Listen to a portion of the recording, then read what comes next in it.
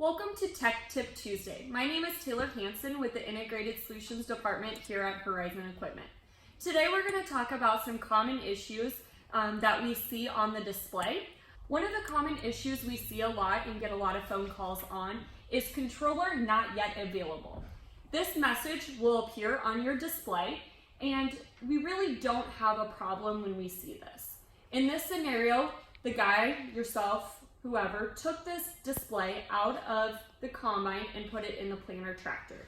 This page was probably set up for a controller that is found on the combine, and we just need to go in and set it up for the new controller, such as a planter. To do so, we're going to click on the bottom right button, our menu button, go into Layout Manager, and we're going to find that page that had that controller not yet available message on our display.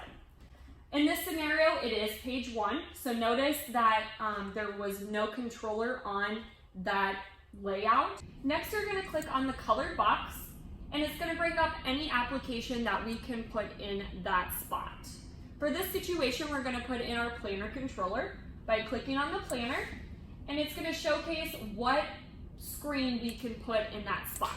So notice we only have one to choose from. Sometimes there's multiple to scroll through by pushing on these arrows. For this one, just the one, we're going to click on it again, and it's going to put it in our layout page.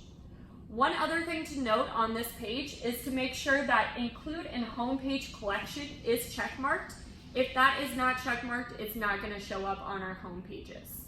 Once we have it how we like, we can simply push Accept and come back to this page where our controller not yet available page was, showcasing now that we have our planter set up. Thank you for tuning in on this Tech Tip Tuesday. If you have any questions or comments, please leave them below in the comments and we'll get back to you. Thank you.